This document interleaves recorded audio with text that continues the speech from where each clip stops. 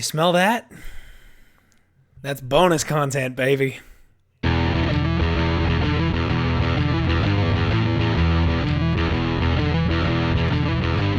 Woo!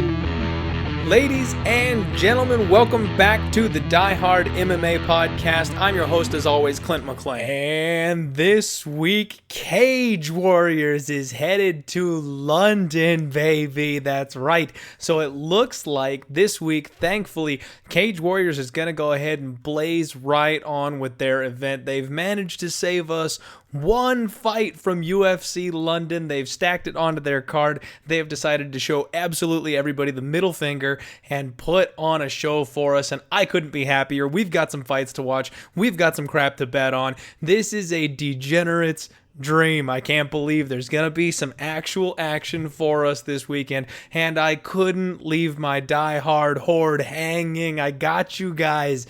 I'm here to give you what I can. Unfortunately, I did not have the time to break down the entire card, so I'm going to give you what I can, and then I'm going to keep watching stuff tonight. It is currently Thursday evening. The fights are not on Saturday. They are on Friday night, so I want to make sure this podcast gets out tonight so that anybody who wants to get in on it, wants to hear my breakdown and my takes, they have an opportunity to, and then they can get their action and their bets in before these fights kick off. If I have any action that I decide to jump on last minute on the undercard, I will tweet those plays out as always, so you can jump on there with me. At Die Hard MMA Pod is the Twitter. Give me a follow there if you haven't. Hey, 2 videos in 1 week. Do me a favor, hit the like button, hit the subscribe button if you haven't already. Let's give a real quick shout out to our sponsor, the boys over at GOATcapitalsports.com. That's GOAT Capital _ on Twitter. They cover every other sport in the book for you. I've got your MMA on lockdown, but they will give you picks for baseball, basketball, football, all those sports when they come back, which hopefully, everybody cross your fingers and pray really hard, will be sooner rather than later. Anyway, check out GOAT Capital Sports. Tell them your boy Clint sent you. And now it's time for everybody's favorite new segment on the show. Fuck that guy. Fuck him. Fuck those people. Fuck this whole thing. Fuck you. Fuck you. I'll fuck you in the ass. Fuck you. Fuck you and fuck her too. Eat a buffet of dicks. This week's Fuck That Guy goes out to COVID-19, the coronavirus. That's right. You have messed with all of our lives. You've endangered our people. We can't stand you. Get the fuck out of here. Thank you very much. Let's move right on into this week's breakdowns. We're going to start on the last fight of the prelims. Perry Goodwin taking on Steve Aimable. I'm not sure how you say his last name. Perry the Predator Goodwin. This fight is taking place at lightweight. He's 9-7. His opponent, Steve, over here is 14-6. He's 32 years old. Unfortunately, it looks like Perry is unknown for his age on ShareDog, which is kind of my go-to site for that kind of stuff. Let me check out Tapology here real quick to get you that age. 27. Perry Goodwin is 27 years old, so he's going to be the younger of the two fighters here. He's got the worst record, though. He's practically a 500 fighter. This one is really fun and kind of interesting to me. So Perry, the first thing I noticed about him, I do some Instagram stalking and make sure, I like the shape these guys are in. You can usually find out some of their credentials, what level of belt they are, who they train with, that kind of good stuff on Instagram. And the first thing I noticed about Perry is that he gets way out of shape during the offseason. You talk about those guys kind of like a Colby Covington, that they're just always in shape. They don't have to get ready, they stayed ready. That's not this guy. He's got before and after pictures of himself, like when he gets into camp, and he comes in with like a beer gut, and he's way out of shape, and he looks like your uncle who just downed a 6-pack. That's what this guy looks like until he gets into camp. So right off the bat, for me personally, that's a red flag. I mean, he's already a 500 fighter, so we're not super excited about him anyway, but the fact that he doesn't really care enough to stay in shape, and he cares so little enough about like his diet and stuff to get that far out of shape outside of camp, you got to wonder how serious he's taking it.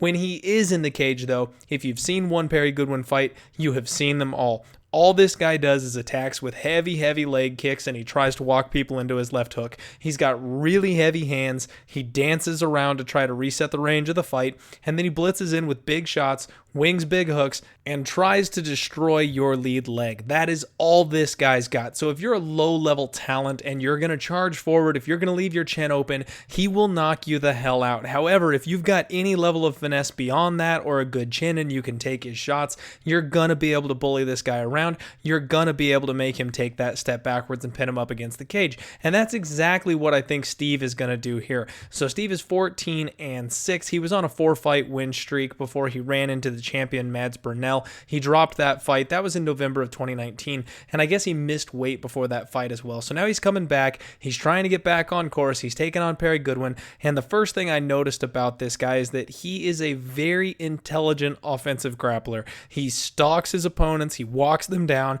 And then he basically just waits for his opportunity to get the takedown. Now, in his last fight against Aiden Smith, he didn't seem to respect the striking of Aiden Smith. So he kind of stood and he banged with him a little bit more than you normally see him do. I almost feel like that was him kind of testing out where he was at with his striking. He realized he had an opponent that wasn't going to be able to hurt him, so he went ahead and tested that out. Anybody else who he feels like he's got any type of danger on, when he fought Declan McColgan, when he fought that guy, he looked for every opportunity to take him to the mat. He's very smart about when and where he uses his grappling. He's got a good body lock takedown. He drags his opponents back down to the mat, and he really only strikes long enough to find that hole to close the distance and press you up against the cage or get in for a takedown. He also tries to catch kicks, which I already mentioned. Perry Goodwin really likes to work the lead leg of his opponents, so there will be the danger of him being able to catch the kicks here.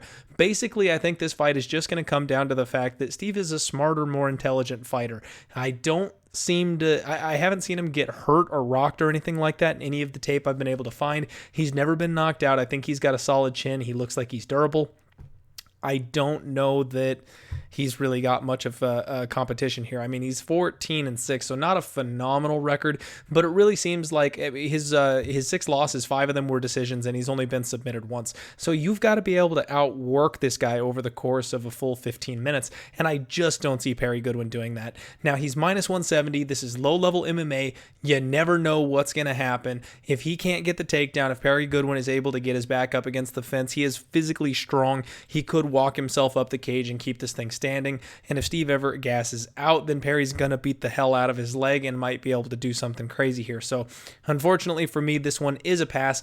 I see a very clear path to victory for Steve, but it's going to take all 15 minutes against a power puncher, and both these guys are low level. So as much as I would like to say, roll the dice, take the +150 on Perry, I don't think that's a very good bet. And I'm kind of surprised to see that Steve is only -170. I would think at this point, people would be hitting him. A lot of these lines on this fight card are absolutely getting smoked right now. People are finding the favorites they like, and they are laying all the money they can get on them. These lines are getting out of control. This is one that I'm really kind of shocked is still sitting only at -170. So it's one that I'm tempted to take a poke on. If you're going to do like a little $5 or $10 Hail Mary type of parlay, I would definitely be on Steve's side for this one. The next fight that we're going to discuss is a lightweight fight between Paddy Pimblett and Decky Dalton. So Paddy Pimblett is a sizable favorite on this one, and this kid, he does not look like a fighter if you look at him in the face. If you know the story of Sage Northcutt, good little polite Christian boy, and then someone showed you a picture of Paddy Pimblett, you'd be like, yeah, that's Sage Northcutt. Like that's the kind of person that he looks like. He does not look whatsoever like a fighter until you see his abs. Damn. So Paddy the Baddie Pimblett is 25 years old. He is 14-3, and he's kind of the homegrown Cage Warriors prospect. If you think of like Aaron Pico from Bellator, this is their version. This is Cage Warriors' version of Aaron Pico. They brought this kid up. He's been growing for a very long time right in front of the Cage Warriors home, and then he ran into some trouble. His last couple of fights, he's 2-1 in his last 3, and those 2 losses are to Soren Bak and Nad Narimani. Now, Nad Narimani, yes, that's a name that you should recognize. He's fighting in the UFC. He's currently 2-1 in the UFC, so he's having some success. And then Soren Bak is the true Viking who looks like a complete badass, and I love that fight name, by the way. He's 13-1, and he just got his first win in Bellator. So his only 2 recent losses are to the top tier of competition. This could be knocking on the door to a call to the UFC or Bellator for this kid if he can right this ship and get things moving the right direction for himself. Now, besides the fact that he was a little bit rushed as a young prospect and running into these big top-tier talents, he's getting to the age where you really want to see him make that jump. He's 25 years old. You would expect him to make the improvements he needs to make to get bumping up there with the big boys. But this really seems like a get-right fight to me. He attacks very good with front kicks. He's big for the weight class. I understand he used to fight at 145, I think, and so now he's moving up to 155, and it looks like he's packing on some muscle. So I think he's a young kid that's really going to fill out that 155 frame really well. He's got a good stiff jab. He attacks the lead leg of his opponents in the body. Like I said, he's got good teep kicks, front kicks. He fights well moving backwards, which is always something you like to see. He's able to counter his opponents. When he does go for takedowns, he's got good second and third efforts with trips and things like that, change of directions. He scrambles well on the mat. He's got good submission defense, and he's got sneaky submission offense. He goes for leg locks and heel hooks, and his last win actually in February of 2018 was a flying triangle. No joke. Watch it. It's glorious. Nobody gets flying triangles in MMA these days, and he landed one. It was beautiful. So he's got 4 wins by knockout, 6 by submission, and then 4 losses by decision. He's only been submitted 1 time, and then his other 2 losses came by decision for a total of 14-3. I really like Paddy. We were talking about some of these lines that are getting a little bit out of control, and I'm surprised this one's not higher. He opened up at -300. He's down to about -380, and I expect money to be pouring in on Paddy. If you want to parlay some big favorites and try and lock up even money or something like that, which I very much consider doing on this card, Paddy's a guy that I would suggest being in that parlay. I like him a lot, and I think this is a get-right fight, kind of like I said. His opponent, Decky the Diamond Dalton, he's 11-4. He's on a 4-fight win streak at this point, but he's a natural 145-pounder. He's going to be a decent bit smaller than Paddy at this point, and the other thing is he's a short notice replacement. He's only a Brazilian Jiu-Jitsu blue belt. He really relies heavily on his ground game and his submissions. It seems like that's really where he's kind of taken things in his recent career. He started off coming out of the gates with like a 6-fight win streak. He went on a 3-fight losing streak, and then he went 1-1. Now he's on a 4-fight win streak. It seems like he's kind of found his groove and he's righted the ship. However, he has fought a very, very low level of competition. I don't think that absolutely anybody that he's been fighting is worth writing home about. It seems almost like he's gotten these fights to try and shore up his record a little bit and make it look better than maybe it should be. His last opponent was 2-2. The opponent before that was 3-14. No, you didn't hear that wrong. 3 wins, 14 losses. How is this guy still fighting? And then the opponent before that was 3-9. So he's only beating the absolute scrubbiest scrubs you could ever find on the regional scene. And now he's facing a kid who realistically could be getting the call to the UFC in the next couple of days in maybe 2 wins. So Paddy all day. Absolutely all day. If you're going to bet anybody in this fight, bet Paddy. And one thing that I'm looking for is I really want to see what the total is going to look like here. He's got, like I said, Paddy's a bit of a finisher. He's got 10 wins by finish and then 4 by decision. The fact that Decky is just so bad, he's been submitted once and knocked out once. The other 2 losses did come by decision, but the fact that he's engaging on the ground with a guy like Paddy, I think he gets choked out. I think he gets armbarred or choked out or, something crazy like that. Maybe he even lands one of those ankle locks. So I'm looking for maybe a 2.5 because both of them have a couple decisions on their record. If we get a decent over-under 2.5 number, I very well might consider playing the under on this one, but we've only got like 4 totals that have come out over on 5 dimes to look at. The rest of the fights, they don't have totals. With this being a weird card, a low-level card, I don't know if we'll get totals or props. The fight is tomorrow. You'd think if they were going to put them out, they'd have them already. So we might not get to play that one, but that's the way that I would lean if it does show up. The next fight on the card is a welterweight fight between Nathan Jones and David Baer, and here is where stuff starts to get good. I have already tweeted out a play on this one. I wanted to make sure it got out there and got locked up because, like I said, these lines are moving. So we have a play here. I'm not even going to make you wait for it. We've got a play on Baer. Let me get him up here. By the way, there's like 6 different Nathan Jones out there, so the one you're looking for is Mr. Bag and Tag. That's right. Nathan Jones, 13-9. Mr. Bag and Tag is taking on 29-year-old, 8-1 David Bear. So let's talk about this, shall we? It looks like Nathan Jones is really a sub or be subbed kind of fighter. Kind of like the killer be killed type of fighter, except it has to happen on the ground for this guy. 10 of his 13 wins have come by submission. He's been submitted 4 times. He's only been knocked out once. He has lost 4 decisions, but he's only got 1 knockout win and 2 decision wins. It's really, really rare that this guy pulls off a win without catching that submission. And he really only beats a super low level of competition. Now, he is a Brazilian Jiu-Jitsu brown belt, and he does relatively well in BJJ competitions. I kind of looked him up, and again, stalking his Instagram, he does pretty well. He posts all of his winnings and medals and stuff like that over there. He does attack with chokes from the clinch, from the takedown, almost immediately. He has absolutely no problem jumping for a guillotine or taking bottom, trying to land some type of submission, but when he hits the ground, he tends to give his back up a lot, whether that's to, roll for something, to scramble, or to try to get back to his feet. He has a really bad tendency of turning his back to his opponents, and for someone who's a brown belt in Brazilian Jiu-Jitsu, he seems confident in being able to defend himself from that position, but his submission losses are pretty much all by rear naked choke, so if that tells you anything, he's not that great once he gives up his back. He is offensive off of his back. He attacks from the bottom position. When he's on his feet, he's got a good long jab. He does have a solid 1-2 head kick combo, however, that doesn't really seem to be a whole lot of pop on his shots. He doesn't really hurt people on the feet. He doesn't seem to rock people from what I've been able to see. Even when he lands those head kicks, he doesn't really ever seem to land them flush. He's not super fast or athletic. It really seems like his striking is just a means to an end to get the fight to the ground, but he thinks he's a better striker than he really is the only way I can really say that. Again, we're dealing with a guy who's almost a 500 fighter here, so you can't really expect a whole lot.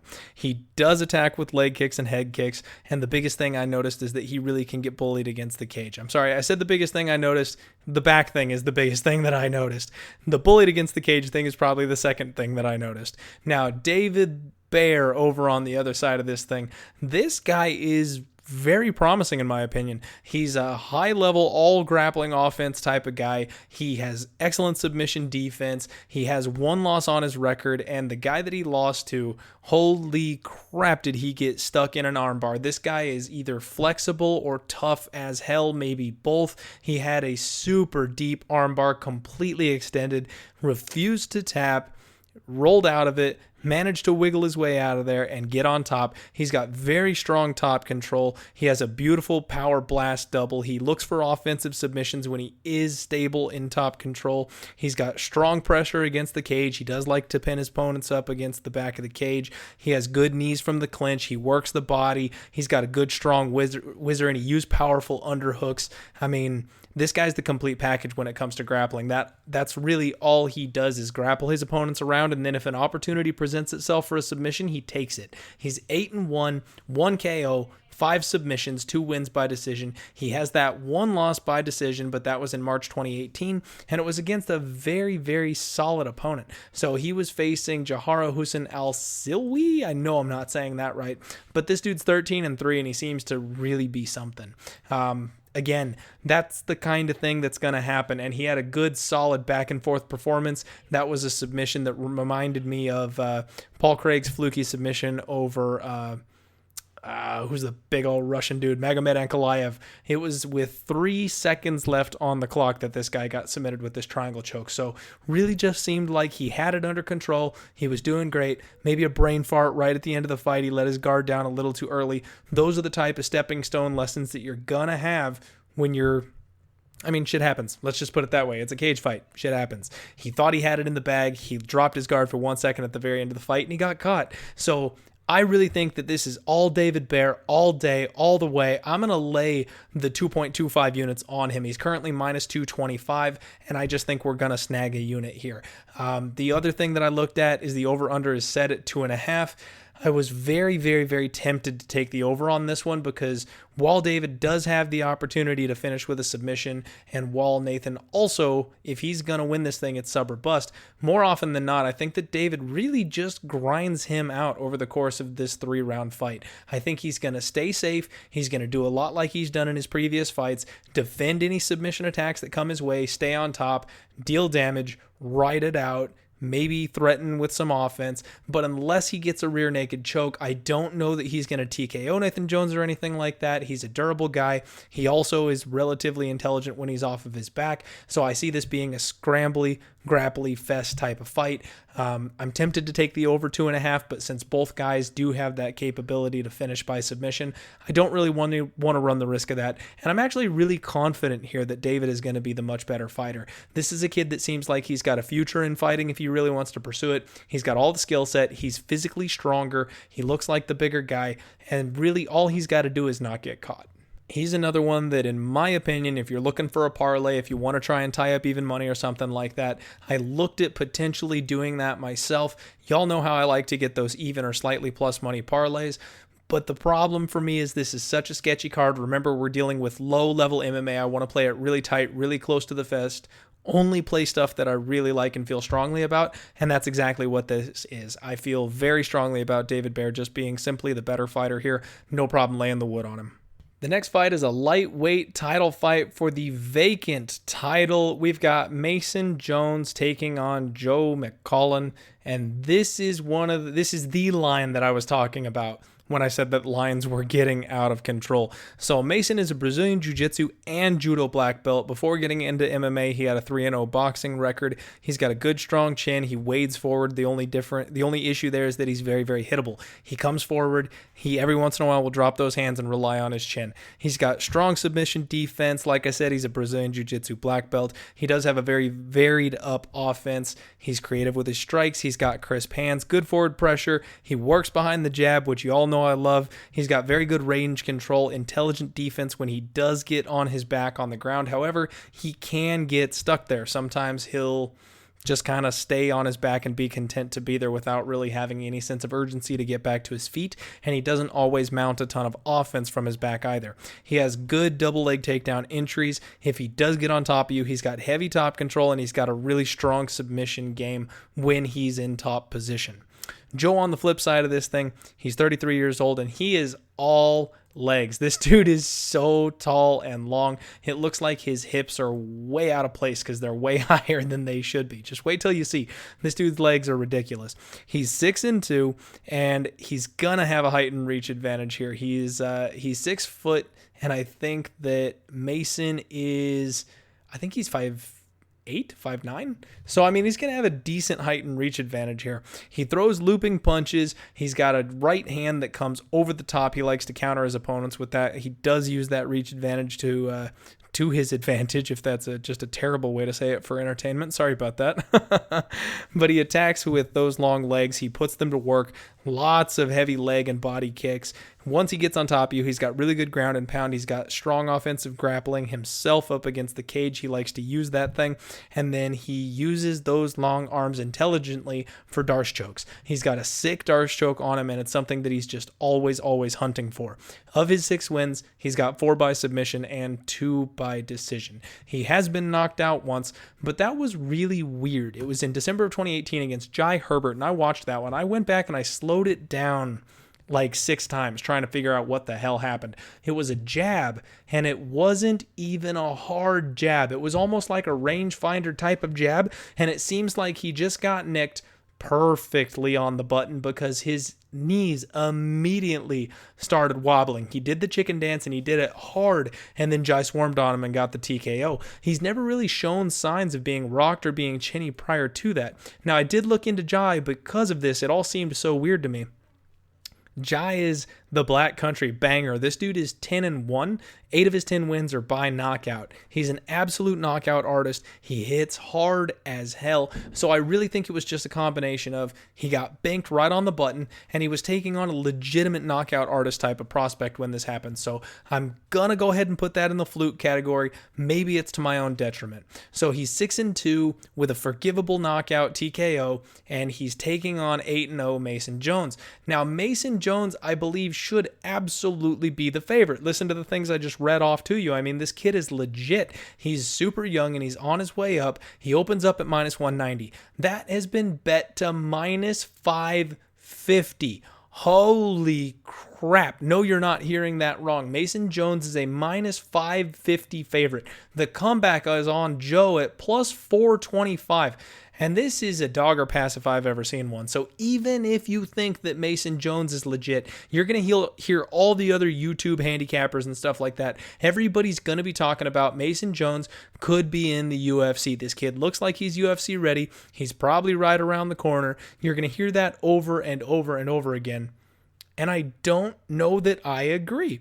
I have not been overly impressed with this kid looking at him and what he's been doing.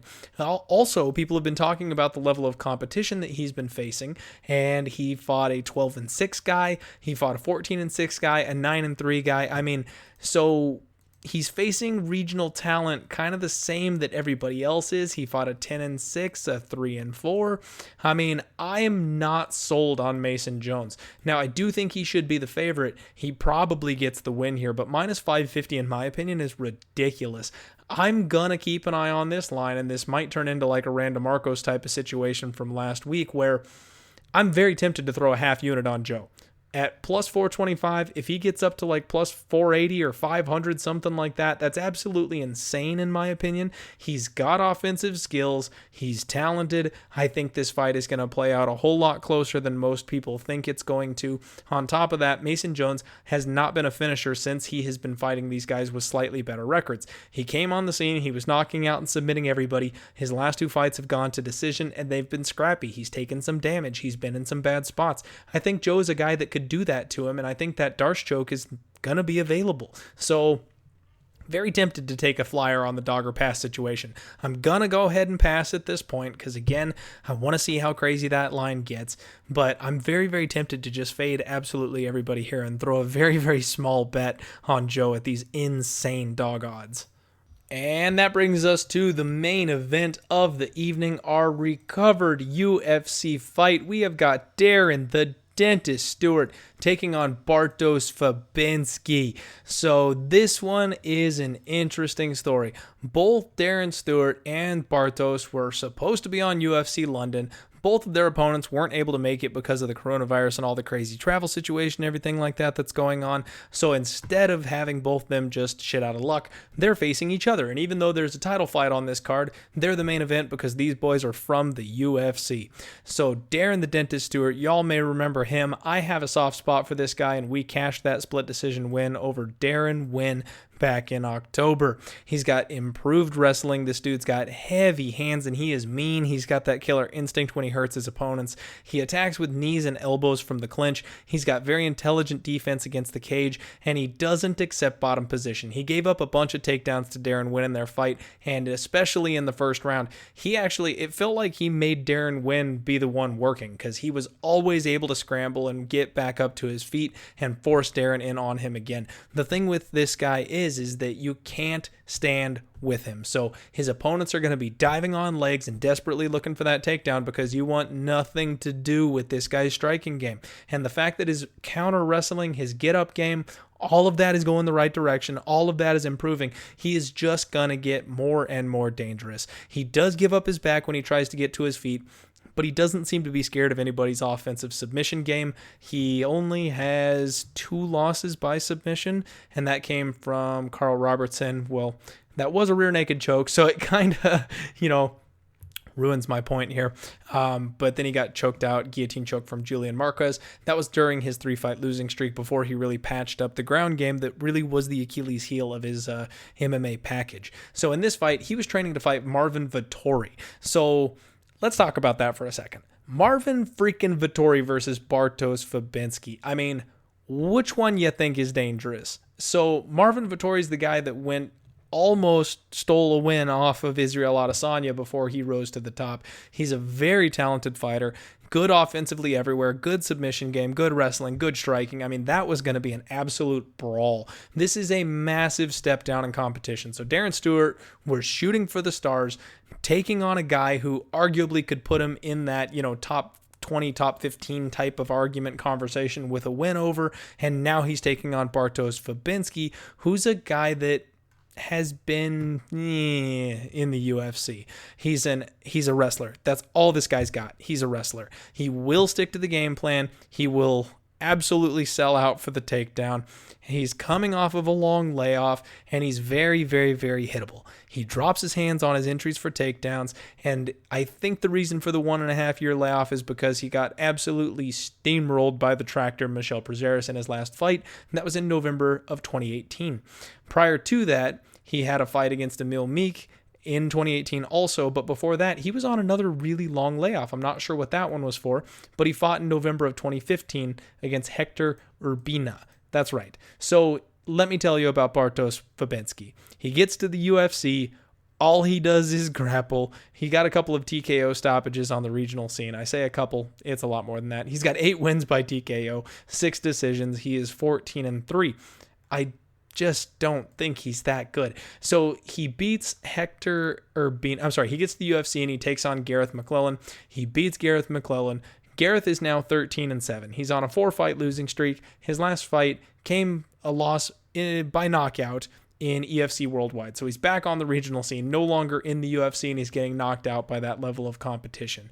His next win was over Hector Urbina, and Hector is now 17-11. He also is no longer with the UFC. He also had his most recent fight in 2017, and he lost by knockout on the regional scene to, get this, Daquan Townsend. Yes, that Daquan Townsend. And you're like, holy shit, that guy sucks, and he's about to get cut by the UFC. Yeah, that was the last guy that fought Hector Urbina, and he knocked him the hell out. That's one of Bartosz Fabinski's wins. So yes, in 2018, he ground out Emil Meek. Emil Meek is 9-5. He's on a 3-fight losing streak. He also, while he's very fun, very entertaining, hits damn hard, he's a very, very unintelligent fighter. He has always been out-grappled by people. If you can take this guy down, you will be able to wear on him and grind him out. I love Emil Meek. He's awesome. But Bartosz exactly is the kind of guy that's going to be able to beat him. So then he runs into Michel Prazeres, which he's the tractor. The dude's a beast. He's almost 40 years old, 26-3, absolutely mechanical, high-level Brazilian Jiu-Jitsu black belt. So he clips him hard in the first round and doesn't TKO him. He ends up submitting him when he gets on top. It's a 1-minute fight, easy peasy lemon squeezy. So then Bartosz Fabinski disappears for 1.5 years. He trains out of Poland. He's on the WCA fight team, and I'm having a hard time figuring out what this guy really brings to the table. So we talked about the kind of opponent that Darren Stewart was training to face, right? Well, Bartosz Fabinski was training to fight Shavkat Rakhmonov, who comes to us from M1 Global. He's a power striker, and it was going to be his UFC debut. That's the guy they were going to give for Bartosz Fabinski. So I have serious questions about this. I think this is a spot where, again, we can't really talk about the UFC's idea of who they want to win, the agenda, anything like that, because these guys were never supposed to fight each other in the first place. But one of them very clearly is headed up in his career. The other one was welcoming a newcomer to the UFC, and they're going, dude, sink or swim. You either beat this guy or more than likely get knocked out by this guy and add to the highlight reel of a new promising talent. That's really what this felt like to me. So he's taking on the dentist, a guy who has improved wrestling, improved takedown defense, and hits like a tank. And right now, Darren Stewart is minus 240. You can get plus 200 on Bartosz Fabinski. Now, I know some people who I absolutely respect that are taking the flyer on Bartosz Fabinski at plus 175 to plus 200. Anywhere in that ballpark, they think they can get some value on this guy. They think it'll play out close. Realistically, Darren Stewart's last fight with Darren Wynn, it wasn't fantastic for him. It was a split decision. He did get taken down a lot. He did get controlled a lot, but the way I described that fight is that one of those guys maybe won a wrestling match, the other guy won the fight. Darren Stewart is going to be the hometown guy. Remember, we are in London. Bartosz Fabinski is from Poland. This is a regional scene type of fight. This is not the UFC. So these judges are very likely going to be biased to the hometown crowd. On top of that, Bartosz Fabinski's last fight, we saw him get punished for dropping his hands on a takedown entry. Darren Stewart has excellent knees and elbows from the clinch. He's got a vicious uppercut. He's got crazy power. He's younger. He's more explosive. He's coming into his own. He's next level compared to the Tractor, in my opinion. This is a guy that, I take that back. The Tractor might get a 1 over on Darren Stewart too. Either way, this is a step down in competition. He was training for one of the best. He looks like he's sharp, ready, in shape. I think this is all Darren Stewart. I'm sorry. I think maybe he gives up some takedowns in the first round. He gets back to his feet. He forces Bartosz Fabinski to work. And if Bartosz slows down for even a second, Darren Stewart is just going to clip him and send him to hell. So what I'm going to do here, I'm going to risk 1 unit on the under 2.5. I'm going to take that plus 150. I'm going to bet that Darren Stewart wins this thing by knockout. I don't want to lay minus 225 because if something happens, if Bartosz shows up, Bartosz 2.0, he's improved, he's way better, he gets the takedowns. I mean, I don't want to be laying minus 250 kind of chalk and then have this thing blow up in my face.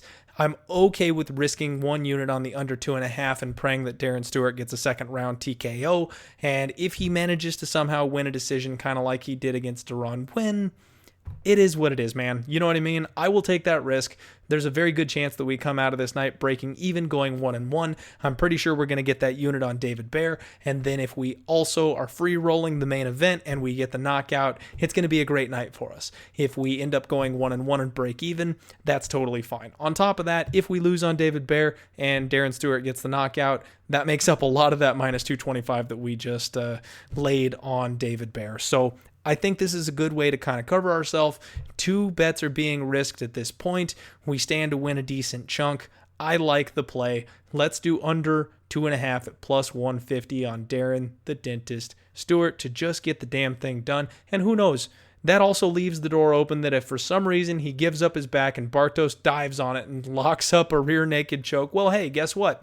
We still cash. Let's recap those picks.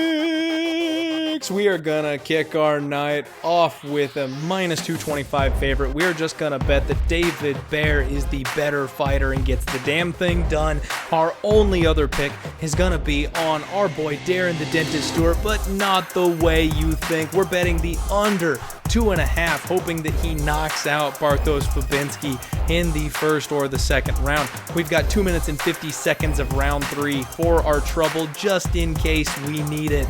I like it. Those are the only 2 bets we're taking at this point. I'm going to continue researching the card. If you have any questions, hit me up on Twitter. If I have any late plays, I will tweet them out. Like, subscribe, share the show, comment to me down below. Let me know who you are picking for Cage Warriors 113.